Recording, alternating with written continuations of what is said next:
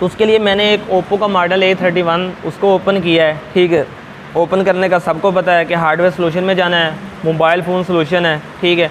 उसके अंदर कोई भी आपका मॉडल है उसके ऊपर आपने क्लिक करना है, फिर उसके आगे मॉडल निकल आते हैं, कंपनी के आगे मॉडल हैं, फिर उसमें से कोई भी आप एक मॉडल ओपन करना चाहें तो कर सकते हैं, ठीक है। उसमें से मैंने ओप्पो का A31, डेली कोशिश होती है कि कोई ना कोई चेंज ही हो जाए, ठीक है, एक मॉडल पे ना हो।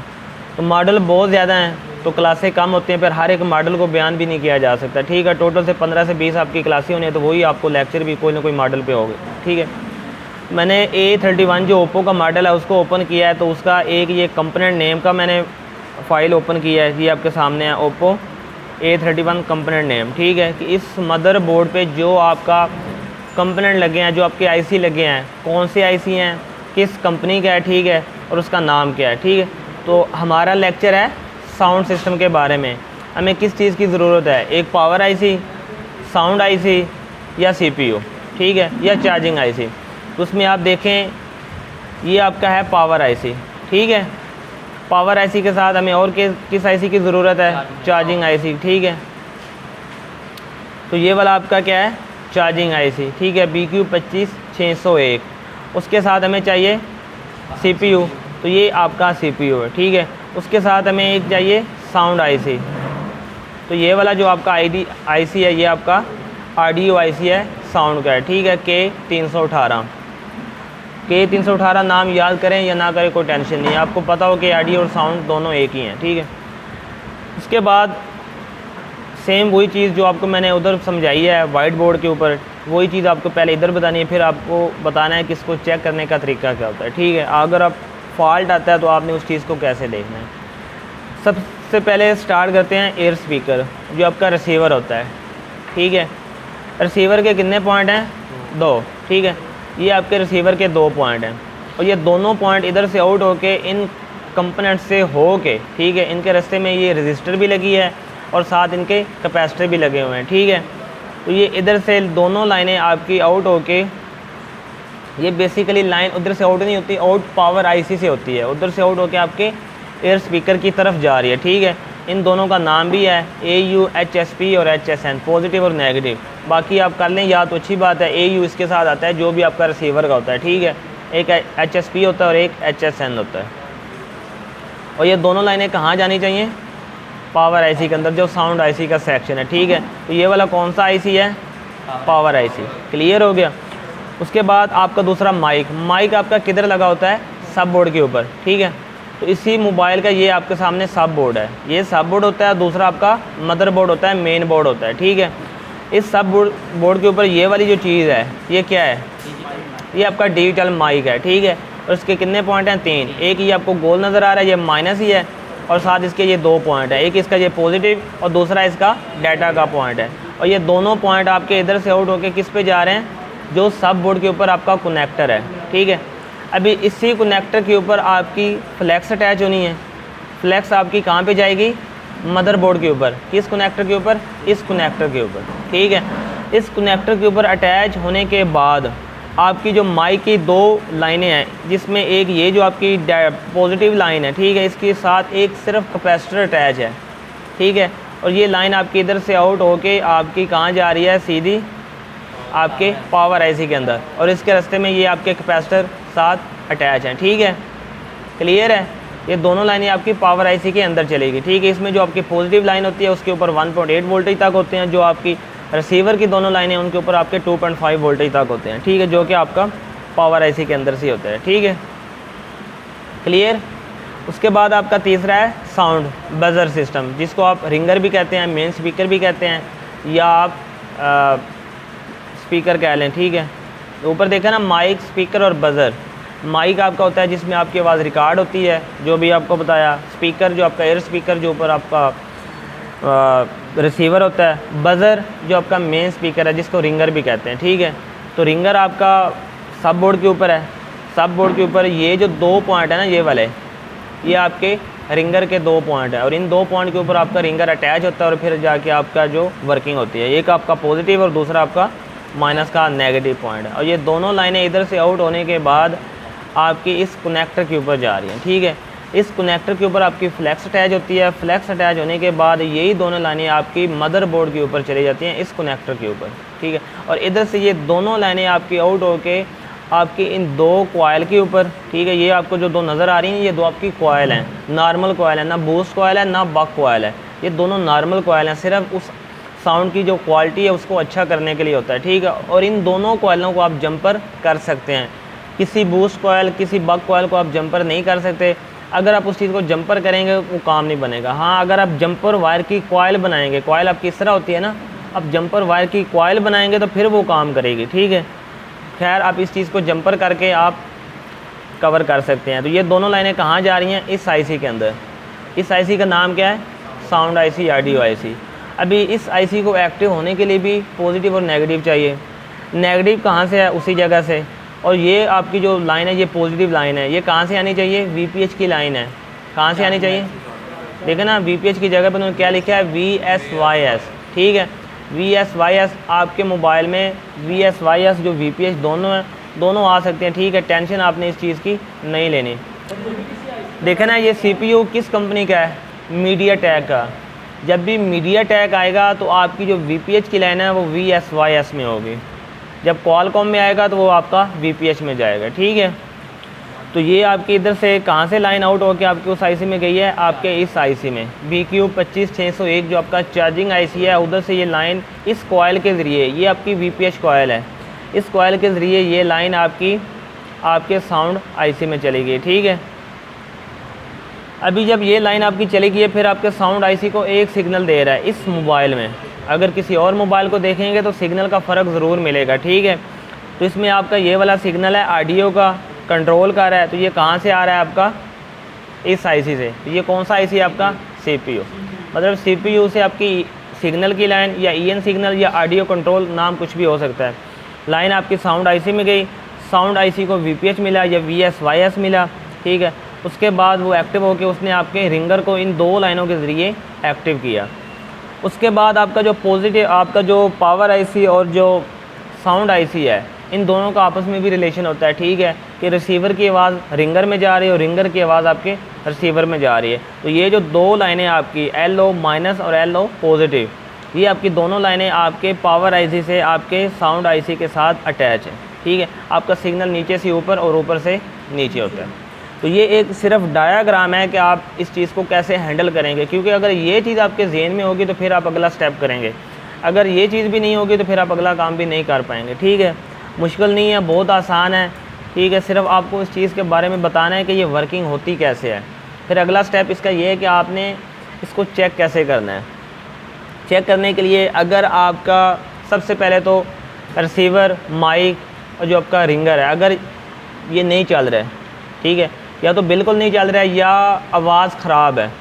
जब आवाज़ ख़राब है तो आप नया स्पीकर लगाएं या आप रिसीवर लगाएं, तो आपका वो मसला हल हो जाता है अक्सर, ठीक है। अगर एक मिसाल है नहीं होता तो फिर आपके उसी आईसी में फ़ॉल्ट होगा। वही कह रहा हूँ ना, आस्ता या ज़्यादा या ख़राब आ रही है, ठीक है, वो आपके फिर आईसी में फ़ॉल्ट होगा। अगर स्पीकर या रिंगर चेंज करने के बाद भी वो नहीं होता, फिर आपके आईसी में फ़ॉल्ट होगा।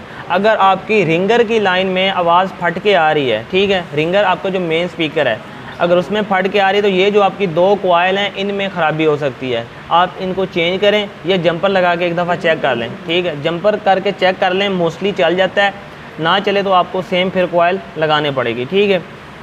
अगर आपका रिंगर एयर स्पीकर बिल्कुल भी नहीं चल रहा, ठीक है, तो कह लें कि कोई आवाज़ नहीं आ रही, तो सबसे पहले तो आप क्या करें कि उस रिंगर को या जो आपका एयर स्पीकर है उसको चेक करें, ठीक है। उसको चेक करने के लिए आपके पास मल्टीमीटर होना ज़रूरी है। आप क्या करें कि मल्टीमीटर को बीप और डायोड मोड पे सेट करें। बीप और डायोड मोड पे सेट करने के बाद आपका जो एयर स्पीकर है, पहले एयर स्पीकर की बात करते हैं, ठीक है। ये चीज़ ज़हन में रखना, अगर साथ लिखना हुआ तो लिख लेना। एयर स्पीकर को चेक करना है, बोर्ड को चेक नहीं करना। अभी एयर स्पीकर को चेक करने के लिए आप दोनों वायर, ठीक है, दोनों वायर आप क्या करेंगे, जो आपका रिसीवर है, रिसीवर के कितने पॉइंट आते हैं? दो, रेड, एक पॉजिटिव एक नेगेटिव, लेकिन होता नहीं है, आप जैसे मर्ज़ी कर लें उसको, आप जैसे मर्ज़ी लगा लें, कोई मसला नहीं है। मल्टीमीटर का एक पॉजिटिव वायर होती है, एक नेगेटिव, रेड और ब्लैक, आप दोनों को उसके दोनों साइडों पे लगाएं। तो आपको जैसे मर्ज़ी लगा लें, आपको बीप आनी चाहिए। बीप क्यों आती है? क्योंकि उसके अंदर भी कॉइल होती है। लेकिन बीप के साथ 28 से लेके 32 तक रीडिंग आती है। तो इस सूरत में आपका जो रिसीवर होता है वो ओके कंडीशन होती है, ठीक है। अगर आप इसी तरह रिंगर को चेक करना चाहते हैं तो रिंगर को इसी तरह सेम आप दोनों साइड पे लगाएं तो 8 से लेके 12 तक आपको रीडिंग आती है, तो आपका ओके कंडीशन होता है। एक आधा पॉइंट ऊपर नीचे आपका हो सकता है, ठीक है। और इसी तरह अगर आप माइक को चेक करना चाहते हैं तो माइक का जो फॉरवर्ड में होता है वो आपका 4-500 रीडिंग आती है, फॉरवर्ड जमा पे जमा और माइनस पे माइनस। और अगर आप रिवर्स लगाएंगे तो आपको 1400-1500 तक रीडिंग आ जाती है, लेकिन ये चीज़ कन्फर्म में नहीं है, ठीक है। एयर स्पीकर और रिंगर का कन्फर्म है कि 1-2 पॉइंट ऊपर नीचे हो तो आपका वो ओके कंडीशन में चला जाता है। माइक का इस सूरत में नहीं, आपको माइक चेंज करना पड़ेगा, ठीक है। अगर आपके बोर्ड में मसला है, ठीक है, कि आपका जो रिसीवर है आपने चेंज भी किया, आपने उसको चेक भी किया, वही रिसीवर आपका ओके, आपने किसी और मोबाइल पे भी चेक कर लिया, लेकिन वो आपके इस मोबाइल में नहीं चल रहा, ठीक है। इस मोबाइल में नहीं चलेगा तो फिर आपने क्या करना है, आपने इन 2 पॉइंट के ऊपर आ जाना है। मदरबोर्ड को आपने कूल टेस्टिंग पे करना है विदाउट बैटरी एंड चार्ज। ये चीज़ ज़हन में रखनी है कि जब भी स्टार्ट कोई चीज़ करनी है तो आपने सबसे पहले रीडिंग लेनी होती है। रीडिंग क्या होती है, आपकी GR वैल्यू होती है, ठीक है। GR वैल्यू आपको इन 2 पॉइंट के ऊपर आनी है, ठीक है। कितनी आनी है वही आपने डायोड वैल्यू के एक ऑप्शन मैंने पहले ओपन करके रखा हुआ है, ठीक है, क्योंकि नेट का इशू बनता है बाद में, फिर वो लेट हो जाती है क्लास, ठीक है। तो ये आपने डायोड वैल्यू के फोल्डर होता है, आपका एक ऑप्शन होता है कि मल्टीमीटर आपका कोई भी हो, आपने उस चीज़ को ओपन करना है तो आपको कितनी GR वैल्यू आनी चाहिए, कितनी रीडिंग आनी चाहिए, वो आपको बता देता है। मोस्टली आपका 300-400 लेके 700-800-900 के दरमियान में होती है, ठीक है। सही फिगर जो होता है वो आप उस चीज़ से अंदाज़ा लगा सकते हैं जो आपका डायोड वैल्यू हो, ठीक है। इसका जो ये पॉजिटिव पॉइंट है इसके ऊपर कितनी GR वैल्यू आनी चाहिए, 0.671 671 आपको GR वैल्यू आनी चाहिए। और इसमें 100-150 अप एंड डाउन हो सकता है, ठीक है। जिन्होंने मोबाइल निकाले हुए हैं या जो मोबाइल यूज़ कर रहे हैं, मुझे नज़र आ रहा है, ठीक है, वो मोबाइल जेब में डाल लें तो अच्छी बात है, मुझे नज़र सब आ रहा है कि जो इस्तेमाल कर रहा है। उसके बाद आपका जो नेगेटिव पॉइंट होता है उसके ऊपर आपको 669 GR वैल्यू आनी है कूल टेस्टिंग में। अगर एक मिसाल है आपको इनके किसी एक पॉइंट पे भी GR वैल्यू नहीं आई, ठीक है, तो आपने फिर क्या करना है, उसी पॉइंट को आपने आगे लेके जाना है। अगर एक मिसाल है इस पॉइंट के ऊपर आपको रीडिंग नहीं है तो आप क्या करेंगे, उससे आगे इस पॉइंट पे चेक करेंगे, इस पे नहीं तो आप इस पॉइंट पे चेक करें, इधर नहीं तो आप ये जो आपकी रजिस्टर लगी है इसको चेक करें, इसके दोनों साइडों पे चेक करें। अगर बिलफर्ज आपको रीडिंग IC के एंड तक, मतलब इधर तो कोई पॉइंट इसका एंड वाला है ही नहीं है, वही इसका एंड पॉइंट है, ठीक है, ये वाला इसका एंड पॉइंट है। अगर आपको इधर भी GR वैल्यू नहीं आई तो फिर आपको पावर IC उठा के रिवोल्व करना पड़ेगा या चेंज करना पड़ेगा, ठीक है। अगर बिलफर्ज रीडिंग आने के बाद भी आपका रिसीवर नहीं चल रहा तो फिर आप क्या करेंगे, मोबाइल को ऑन करेंगे। ऑन करने के बाद आप पहले आप क्या करें कि सिर्फ मोबाइल को ऑन करके इसके ऊपर वोल्टेज चेक करें, आपको 2.5 तक वोल्टेज आने चाहिए, ठीक है। अगर नहीं आए तो फिर आप क्या करें, रिंगर को लगा के भी चेक कर सकते हैं, लेकिन आपके रिंगर के रिसीवर के बगैर भी आपके वोल्टेज जो हैं वो आ जाते हैं, ठीक है। अगर वोल्टेज ही नहीं आए, रीडिंग आ रही थी, फिर आपकी उस IC में फॉल्ट हो सकता है, ठीक है। जिस IC से वो लाइन आ रही है, तो ये लाइन कहाँ से आ रही है, पावर IC से, ठीक है।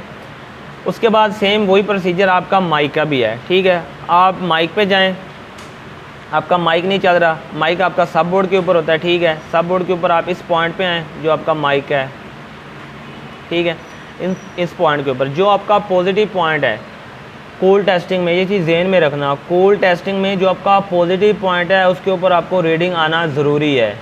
लेकिन जो डाटा का पॉइंट है उसके ऊपर आपको GR वैल्यू आ भी जाए तो ओके है, ना आए तो फिर भी ओके। किसी मॉडल में आ जाए वो आपको बताता हूँ, ठीक है। सबसे पहले अगर किसी मॉडल में रीडिंग डाटा के पॉइंट पे आ भी जाए तो कोई मसला नहीं है, ना आए तो फिर भी कोई मसला नहीं। लेकिन कोई मॉडल ऐसा होता है जिसमें ना आए तो फिर भी आना ज़रूरी होती है, ठीक है। और इस लाइन का ओके होना ज़रूरी है, मतलब कि ये लाइन इधर से लेके आपके पावर IC तक अटैच हो, रास्ते में कोई ब्रेक ना हो, ठीक है, ना कोई कंपोनेंट ख़राब हो, ना आपकी लाइन ब्रेक हो। और उस चीज़ को आप कैसे चेक कर सकते हैं, उसके लिए आप क्या करें कि मल्टीमीटर को बीप और डायोड मोड पर रखें या सिर्फ बीप मोड पर रख लें, ठीक है। एक वायर आप इस पॉइंट पर लगाएँ, ठीक है, और दूसरी वायर आप क्या करें, दूसरी वायर आप इस पॉइंट पे लगाएं, ये वाला जो आपका पॉइंट है, ये वाला, क्योंकि ये आपके पावर IC का पहला पॉइंट है और वो आपका जो दूसरा पॉइंट है ये वाला आपका एंड वाला पॉइंट है। अगर तो दोनों के ऊपर प्रॉप लगाने से बीप आ जाती है तो मतलब ये लाइन इधर से लेके उधर तक आपस में अटैच है, ठीक है। आप इस चीज़ से भी इस चीज़ को चेक कर सकते हैं। अगर रीडिंग आने के बाद रीडिंग कितनी आनी है, आपने वही डायोड वैल्यू पे जाना है, ठीक है। डायोड वैल्यू पे जाने के बाद आपकी जो माइक की लाइन है वो कहाँ से कहाँ तक आ रही है, सब बोर्ड से मदरबोर्ड के कनेक्टर पे आ रही है, ठीक है।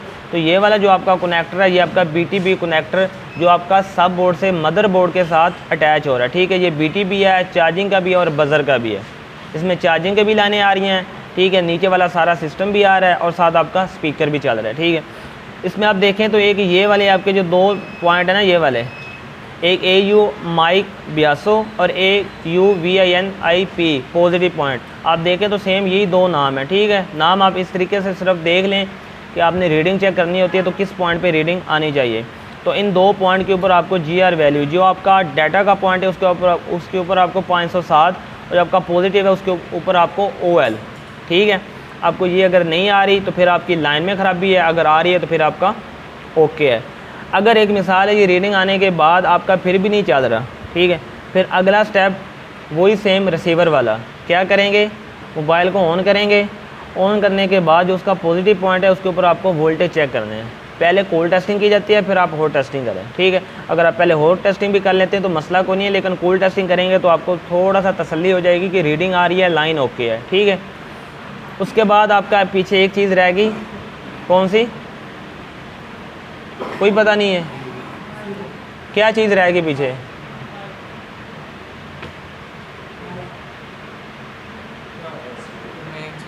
मेन स्पीकर रह गया है। कोई खुदा का खौफ कर लें, समझ नहीं आ रही, पता नहीं आप लोग क्या चाह रहे हैं, ठीक है। बैठे हुए सामने हैं, शक्लें भी इधर ही हैं, ठीक है, ध्यान इधर नहीं है, ध्यान आपका कई गली महलों में फिर है, ठीक है, कि हमने जाके क्या करना है, रात को क्या करना है और सुबह जो करके आए हैं क्या करके आए हैं, ठीक है। और अभी हमने क्या करना है, कब कॉल करनी है, कब मैसेज करना है, कब कहीं जाना है, यही मुझे पता है, यही सबके माइंड में है, ठीक है। दिमाग इधर ही है लेकिन सोच इधर नहीं है। अगर सोच होती तो आप इस चीज़ का जवाब मुझे उसी टाइम दे देते, ठीक है। खैर, उसके बाद आपका जो रिंगर है वो आपका रह गया, ठीक है। रिंगर को चेक करने के लिए भी आपका सेम वही प्रोसीजर है। आप इन 2 पॉइंट के ऊपर आएँ, 2 पॉइंट के ऊपर आपको GR वैल्यू आनी चाहिए, रीडिंग आनी चाहिए, ठीक है। अगर आपको आ गई तो फिर तो आपकी लाइन ओके है, नहीं आई तो फिर आपकी उस लाइन में फॉल्ट है। रीडिंग कितनी आनी चाहिए वो आप BTB कनेक्टर के ऊपर जो आपका ये वाली जगह है, इस चीज़ से आप उस चीज़ को आइडिया ले सकते हैं, ठीक है, कि ये आपका एक स्पीकर आउट पॉजिटिव है और ये आपका स्पीकर आउट माइनस है। दोनों के ऊपर कितनी आ रही है, 397 और 398, 400 है, ठीक है। 400 की जगह पे 550 600 भी आ जाए और 200 250 भी आ जाए तो फिर भी आपका वो ओके कंडीशन में होता है, बहुत ज़्यादा ऊपर या डाउन नहीं हो, ठीक है। अगर रीडिंग आने के बाद भी आपका वो मसला हल नहीं होता, फिर अगला स्टेप क्या है, आप मोबाइल को ऑन करके हॉट टेस्टिंग में वोल्टेज चेक करें। तो वोल्टेज आपको कितने आने चाहिए, 2.5 से लेकर 5 के दरमियान में कोई भी वोल्टेज आना चाहिए, पॉजिटिव पे और नेगेटिव पे, दोनों पे। तो अगर आपके वोल्टेज नहीं आ रहे तो फिर किसका फॉल्ट होगा, बताएं ज़रा, कौन से IC का फॉल्ट होगा। अगर आपके रिंगर में वोल्टेज नहीं आ रहे तो किस IC में फॉल्ट होगा, साउंड IC में, ठीक है।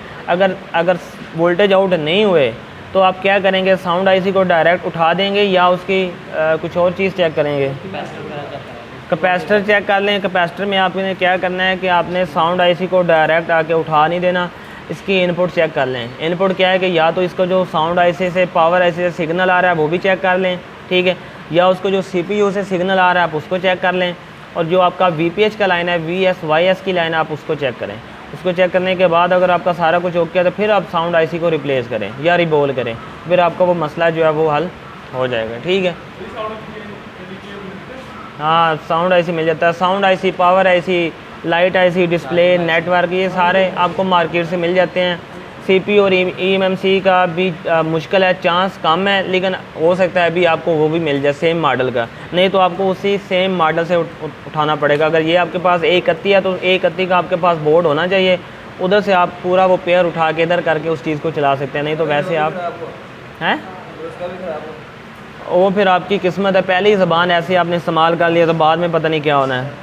अच्छी नीयत रखा करें, अच्छी सोच रखा करें तो फिर ही है, ठीक है। आप ये भी तो कह सकते थे इंशाल्लाह वो चल जाएगा। ज़बान के ना जैसे मर्ज़ी बोल लें, आपकी अपनी ज़बान है, अच्छा बोलें या बुरा बोलें। अच्छा बोलेंगे तो अच्छी उम्मीद तो वैसे रखनी चाहिए, ठीक है, तो बुरी रखेंगे तो फिर बुरा ही होगा, इसलिए अच्छी रखें, इंशाल्लाह अच्छी होगी, ठीक है। तो और किसी का कोई सवाल है तो वो अभी पूछ सकता है।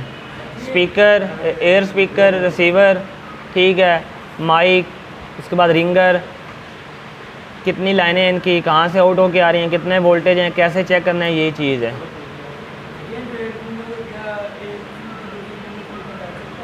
सेम देखें ना, अगर सेम मोबाइल है तो फिर लग सकता है, नंबर एक। नंबर दो, अगर आप किसी और का किसी में लगाना चाहते हैं तो वो उसमें फ़ॉल्ट भी आ सकता है, क्योंकि 2.5 से लेके 5 वोल्टेज तक होते हैं।